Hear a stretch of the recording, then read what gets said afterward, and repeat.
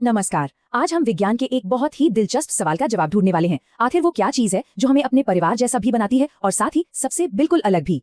ये एक ऐसा सवाल है जो हम सब ने कभी न कभी सोचा ही होगा। हो सकता है किसी में अपनी माँ की मुस्कान हो या अपने पिता की आंखें, लेकिन कोई भी अपने माता पिता की हूबहू नकल नहीं होता। पर ऐसा होता क्यों है? तो चलिए इस राज से पर्दा उठाते हैं। इसका जवाब विज्ञान के कुछ बहुत ही बेसिक सिद्धांतों में छिपा है और आज हमारे गाइड बनने वाले हैं ये हाथ से लिखे हुए नोट्स। इन्हीं की मदद से हम इस पहेली को परत दर परत सुलझाएंगे। तो ये सारा सिलसिला एक ऐसे प्रोसेस से शुरू होता है जो परिवारों में पीढ़ी दर पीढ़ी चलता रहता है। समझ लीजिए ये वो धागा है जो हमें हमारे पूर्वजों से जोड़ता है। जी हाँ, ये कोई इत्तेफाक या जादू नहीं है। इसके पीछे एक बहुत ही खास बायोलॉजिकल प्रोसेस काम करता है जो ये पक्का करता है कि कुछ गुण माता पिता से बच्चों में जाएं।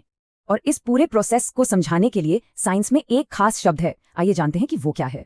तो इस पूरी प्रक्रिया का साइंटिफिक नाम है आनुवंशिकता यानी हेरिडिटी। बिल्कुल आसान भाषा में कहें तो ये बस वो तरीका है जिससे गुण या जिसे हम ट्रेट्स कहते हैं माता पिता से बच्चों तक पहुंचते हैं।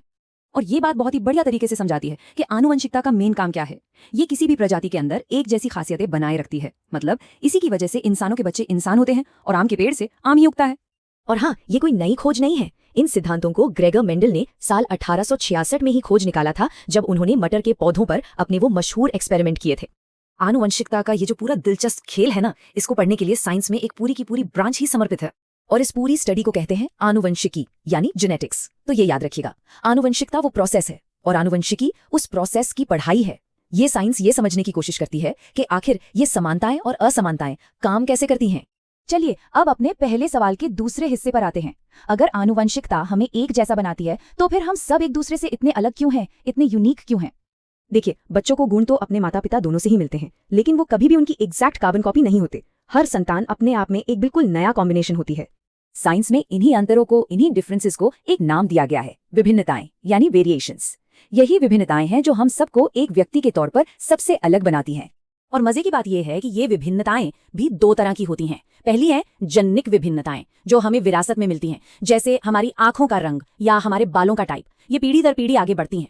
दूसरी है देहिक विभिन्नताएं। ये वो है जो हम अपनी जिंदगी में हासिल करते हैं, जैसे तैरना सीखना, किसी चोट का निशान या धूप से त्वचा का टैन हो जाना। ये बदलाव हमारे बच्चों तक नहीं जाते। तो हमारे शुरुआती सवाल का जवाब इन दो ताकतों के खेल में ही छिपा है। आनुवंशिकता वो ताकत है जो समानता लाती है, जो हमें अपने परिवार से जोड़ती है, और विभिन्नता वो ताकत है जो हर किसी को एक अनोखी पहचान देती है, यानी अंतर पैदा करती है। इन दोनों का संतुलन ही जिंदगी में इतनी कमाल की विविधता बनाता है। और अब ये पूरा विश्लेषण एक दिलचस्प सवाल के साथ खत्म होता है। जरा अपने बारे में सोचिए, आपके कौन से गुण आपको लगता है कि आनुवंशिक हैं यानी विरासत में मिले हैं, और कौन से आपने अपनी जिंदगी के सफर में खुद हासिल किए हैं? जवाब शायद आपको हैरान कर दे।